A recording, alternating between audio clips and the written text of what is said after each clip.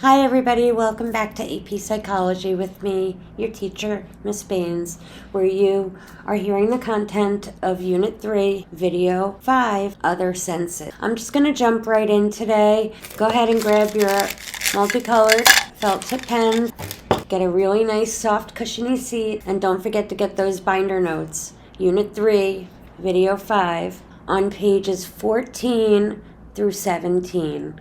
I'll see you on the other side.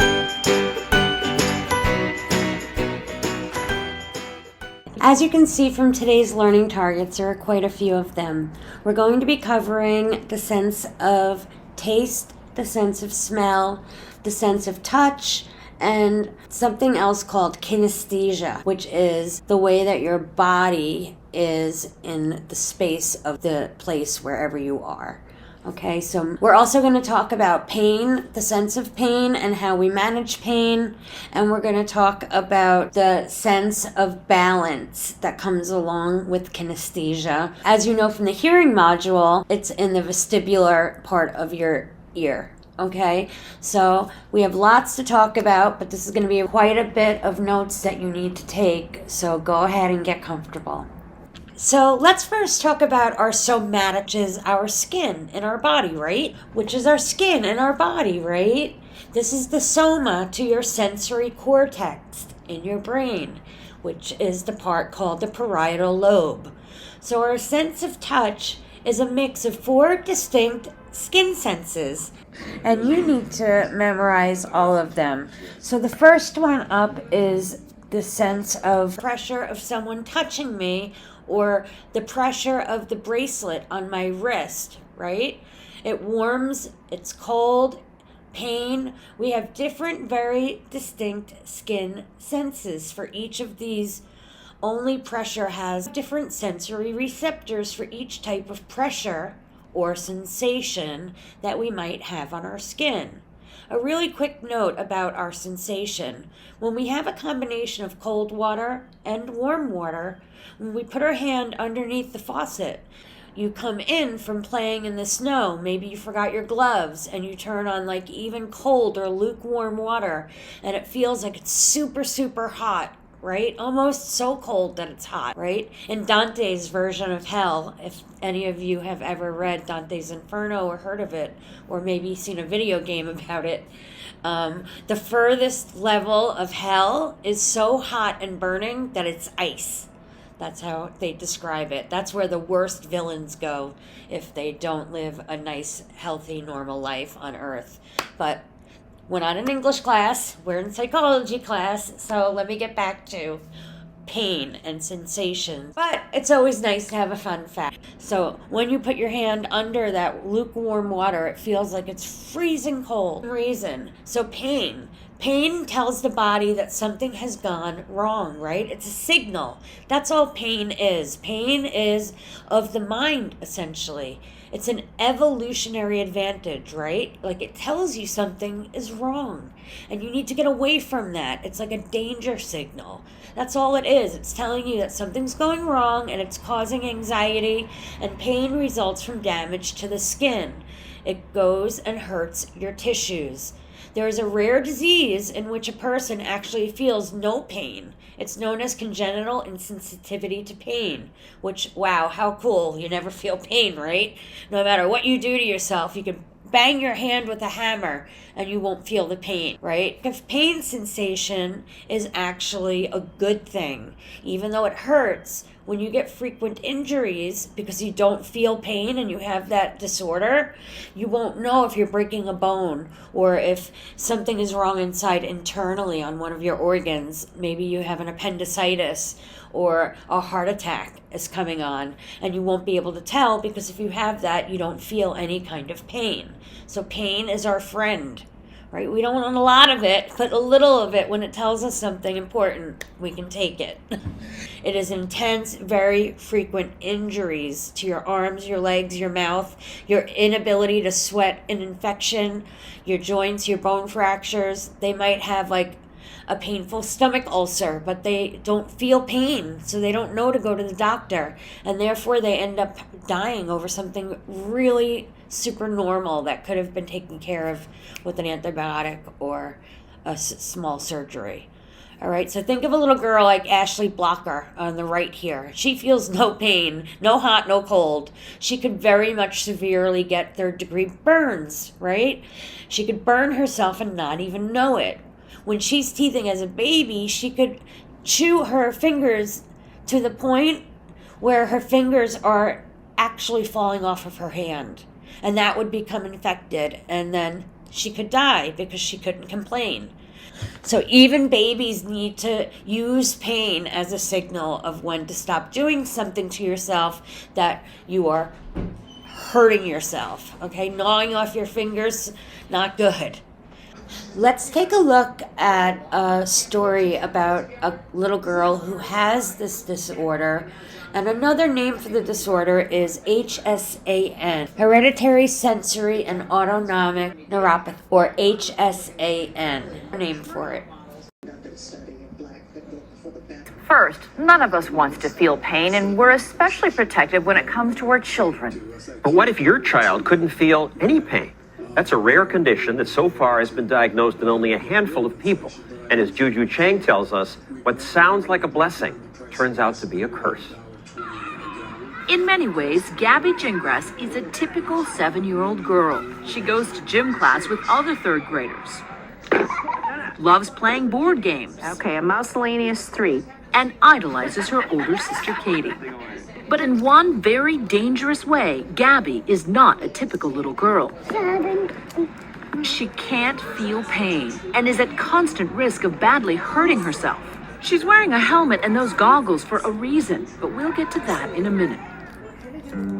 This video was taken as part of a documentary called A Life Without Pain when Gabby was 4. Here she bangs into the sharp corner of a table, but just keeps on going. And see how unfazed she is when this dog collides with her? For the first 4 months of her life, Gabby was the perfect little baby. It wasn't until she started teething that her parents, Steve and Trish, noticed some odd behavior.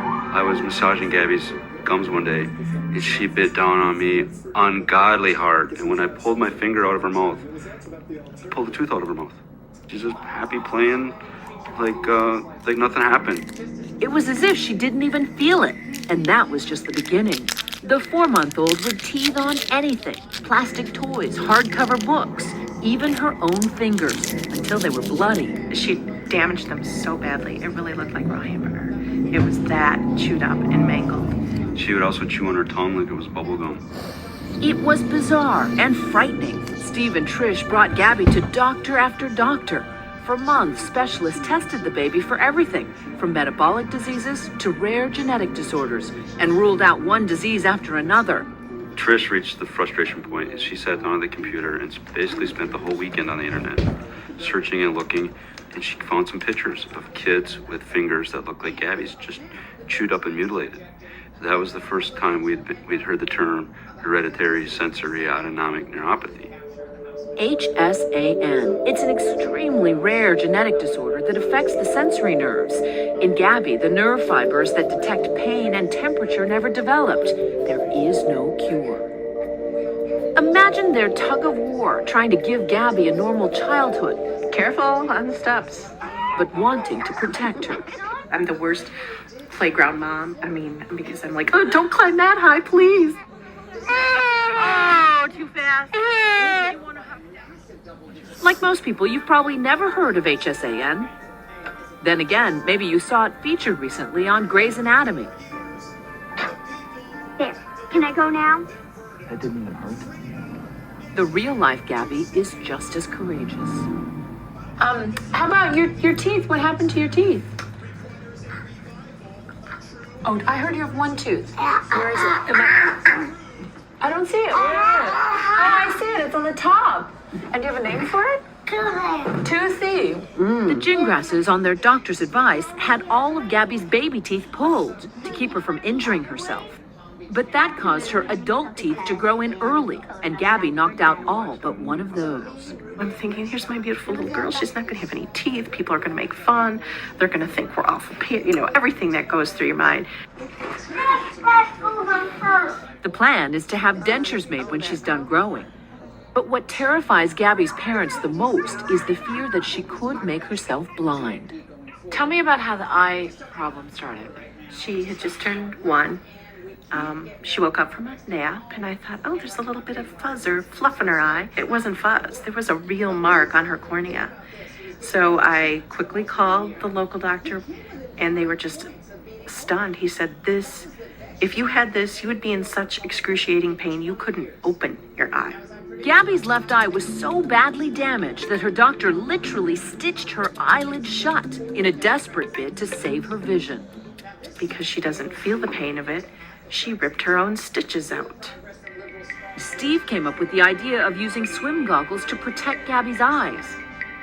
But it was already too late. She'd lost the vision in her left eye, and now it was at risk of developing into a life-threatening infection. The only solution was a drastic one: remove the injured eye. It just brings back those images of the hospital and letting her go on the gurney, and no parent should ever have to watch their child do that. Today, Gabby has an artificial left eye. See how beautiful it looks? She wears a protective contact lens over the right one, which is also damaged. For good measure, she uses safety glasses during the day and those swim goggles at night. You all set? Yeah. Comfy? Despite all these precautions, Gabby still manages to hurt herself constantly. Do kids like Gabby reach adulthood? How old does that make you? 6 years old? Wow. Can they have normal lives? Experts aren't even sure. I don't know. If you ask me, that's pretty heartbreaking, right?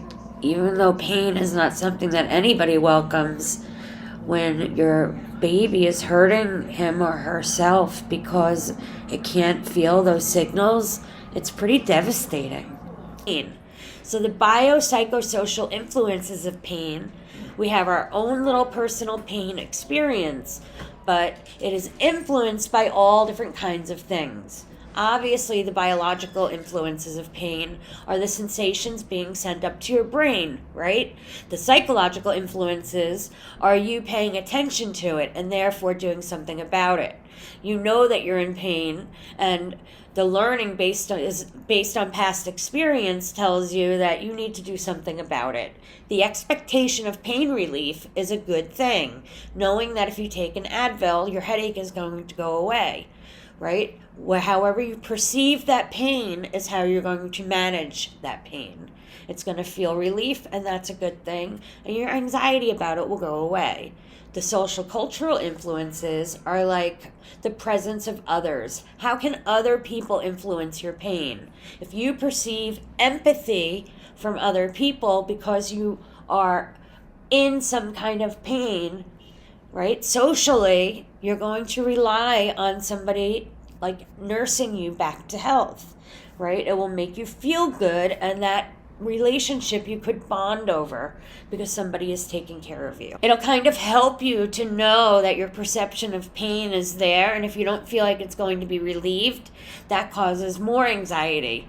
And then there's the social cultural influences, like the presence of others and how they can influence pain, how you perceive it, right? Empathy for others, but also cultural expectations. Like, think of the difference between how men and women are supposed to, according to our society and our cultural norms, to sense and perceive and react to pain, right? Boys are taught to toughen up, keep a stiff upper lip, and don't cry like a baby, right? And girls are perfectly okay if a girl is crying when she in some kind of pain, right? We're taught that from a very young age. So think about that social culturally. Is that going to change now that we are really expanding upon gender and becoming more of a more gender neutral society? The fact of the matter is that when people don't identify as either male biologically or female biologically, they are non-binary. Okay, so if we are non-binary, our social cultural perception is going to be more expanded, right? We're not going to make fun of boys if they cry and they're in pain. We might even say that you're in touch with your masculinity if you're crying and you allow others to see you have a whole range of emotions and the ability to show when you're in pain. I know a lot of women who are very interested in men who are in touch with their emotions and in touch with their feelings, and they really love it when their partner cries, even if he is a male and she is a female, right? It says something about the trust and the bond that you have with each other. If you're born a boy and you grow up thinking that being masculine is about being tough and not crying, and then you meet a woman who thinks it's actually, something really strong about you, a strong quality. So I'm very curious to see how this plays out in our more gender neutral, all kinds of pain. Okay, based on experience, you're going to have an expectation of pain relief by doing choice A, B, or C, whether that's taking medication or getting a massage or rubbing it or putting salve on it or a lotion or some kind of ice pack or something. Whatever your plan is to deal with physical pain, you're going to have thoughts about how to manage it. Okay, and how you are social culturally, right? How you are becomes a social cultural issue. Gate control theory that is proposed says that our spinal cord contains neurological gates that either block pain or allow it to be sensed. And substance B, as a neurotransmitter involves in the transmission of pain messages. It tells the gates to flip open their lids, right? And send the message to the brain. Something that kind of supports this theory. Have you ever hurt yourself in, say, like you hit your shin against a low table or you knock your funny bone and you rub it, and rubbing it actually helps the sensation of pain and make you distracted and make you not think about whatever is really, really hurting you, right? That sensory message that goes to your spinal cord will open up the messages to the rubbing sensation and close off to the receptors of the pain message. See, so if you're like, oh man, my tooth is killing me, I have this terrible toothache, right? And then somebody punches you in the chest or elbows you into your ribs, right? You're like, oh my God, that hurts so much. Why did you just hurt me? But in that moment, when somebody did that to you, your toothache went away, right? Because you were more perceptive to what you were dealing with in the moment. You're like, wow, that didn't hurt for a couple of minutes. Are the pain messages sent in the brain? The pain sensory input is relayed by the thalamus.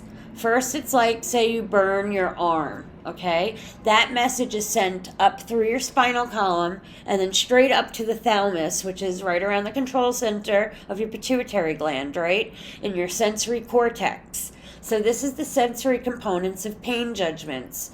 Pain, quality, location, intensity, knowing where it comes from and how painful it is or how bad the injury is. And then there are areas of the limbic system, including the amygdala.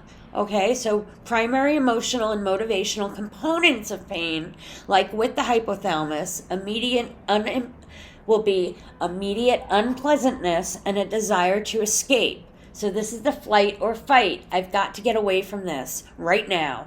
And then it's sent to the prefrontal cortex, right? Somewhere in the middle. The frontal lobe up here. The secondary emotional and motivational components of pain and suffering, right? Your worry about the future causing more anxiety and that ugly perception of pain that is controlled by a number of different therapies that are available to us, including medication, surgery, acupuncture, exercise, hypnosis, deep breathing, thought distraction, right? The idea of gate control theory, phantom limbs, okay? Phantom limb pain. This is pain that says that it's not merely the result of the stimulation, but phantom limb pain is a sensation for people who are actually missing a limb, right? They got their leg amputated and they still have pain in the missing leg. So phantom limb sensations could be due to cross-wiring, right? It's the soma set of the same sensory cortex with nearby areas taking over for the missing limb. So you might have pain actually in your hip or your upper leg, not actually your ankle or the part that was chopped off or amputated. Okay, so stimulation of those parts causes a sensation in the missing limb as if it were still there and part of your body. Your brain is being stimulated where that part was in charge of that particular part of your body. Right along in our other senses, right? Notes from the soma or somatic senses, and some touch.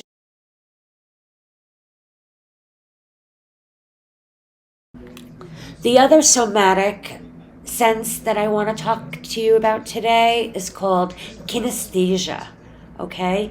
Kinesthesia is where your body is positioned in space and time.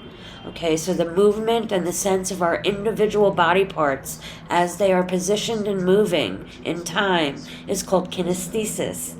I want you to try something really quickly, everyone, okay? If you're at home, wherever you are, really quickly, I just want you to touch the tip of your nose with the tip of your finger. Really fast, right? See that? Do it with your eyes closed, no problem.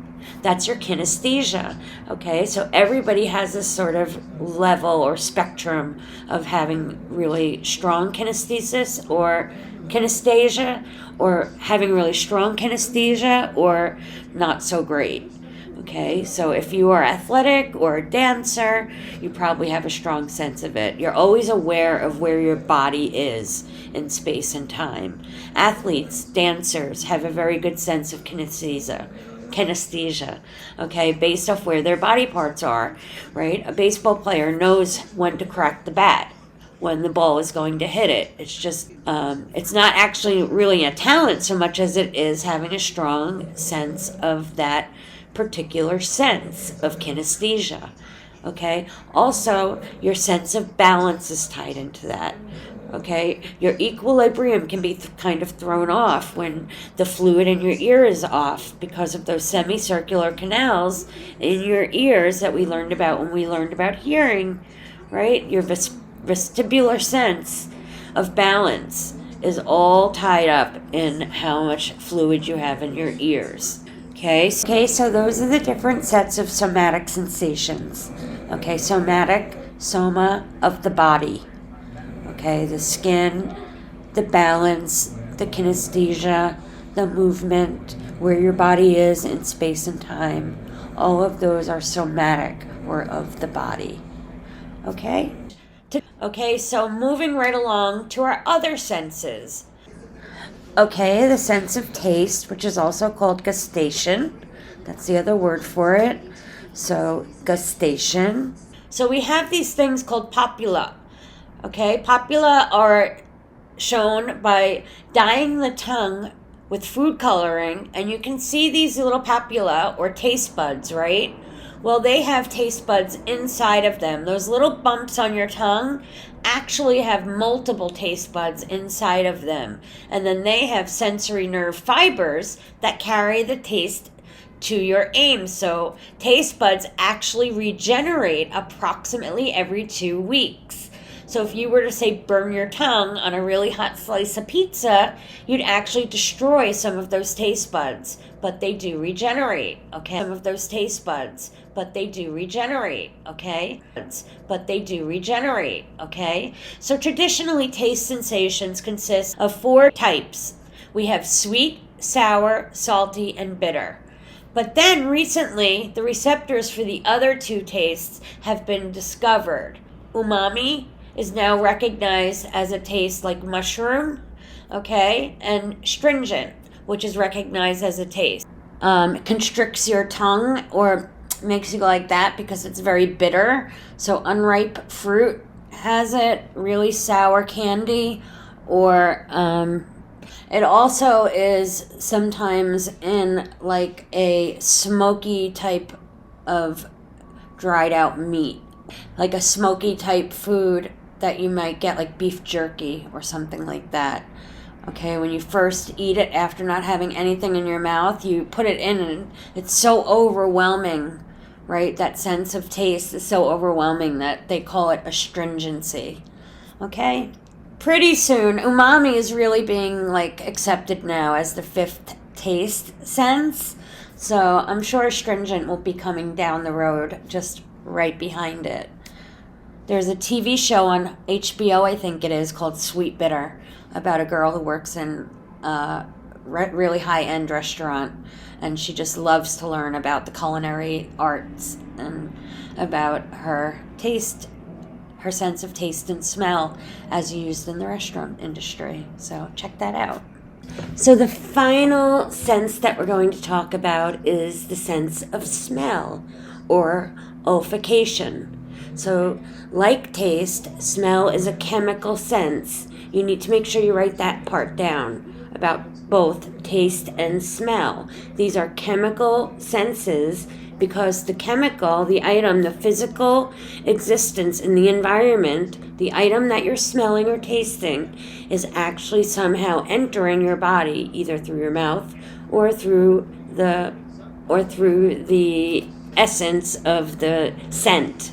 Okay, so maybe you can smell a lovely chocolate chip cookies or a nice apple pie baking in the oven, right? Those molecules actually go in through your nose, okay? Or if you eat them, they go in through your mouth, that cookie that you bite into your teeth into, okay? So the aroma or the odor or the scent, as they enter into the nasal cavity and up through the sinus cavity, stimulate 5 million receptors to the sense of smell, okay? We can detect about 10,000 different smells as human beings. So olfactory receptors in the nasal cavity regenerate approximately once a month. So that's good to know, right? The process that they go through, the nasal cavity, and it actually then stimulates the olfactory bulb in our brain.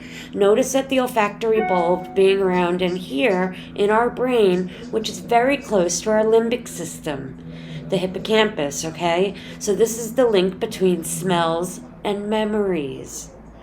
Okay, remember, the hippo is on the campus learning, making all new experiences, going away to college, campus, hippocampus. Okay, so the sense of smell is very tied into memory.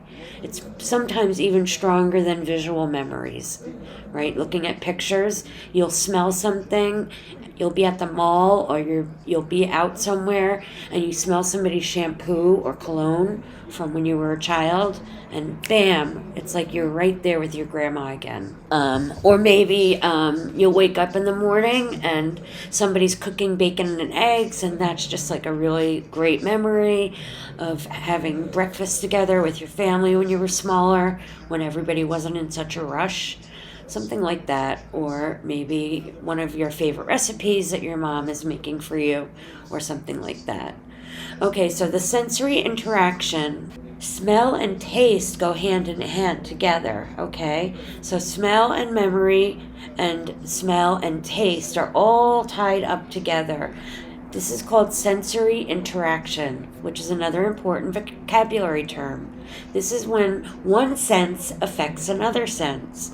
And sensory interaction takes place, so like with the taste of strawberries, when it interacts with the smell and the texture on your tongue, right, which is our taste sense, but also the texture on the tongue being to touch or produce a sense of explosion of scent, right? You're smelling it, but you're tasting it. So if you were to smell something that smelled terrible, for example, it's going to make you taste something terrible with whatever it is that you're eating. Some people don't like green ketchup, for example, right? The sight of it just turns them off, or mayonnaise, or other condiments, right? There's lots of people that just are grossed out by that stuff. And if it's hideous looking to you, when it goes into your mouth, you're probably going to not want to smell it either, because it's going to make you feel like you're disgusted. Okay, so that's all I have for you today. Hopefully you learned a lot about the other senses, and I'll see you tomorrow. Bye-bye now.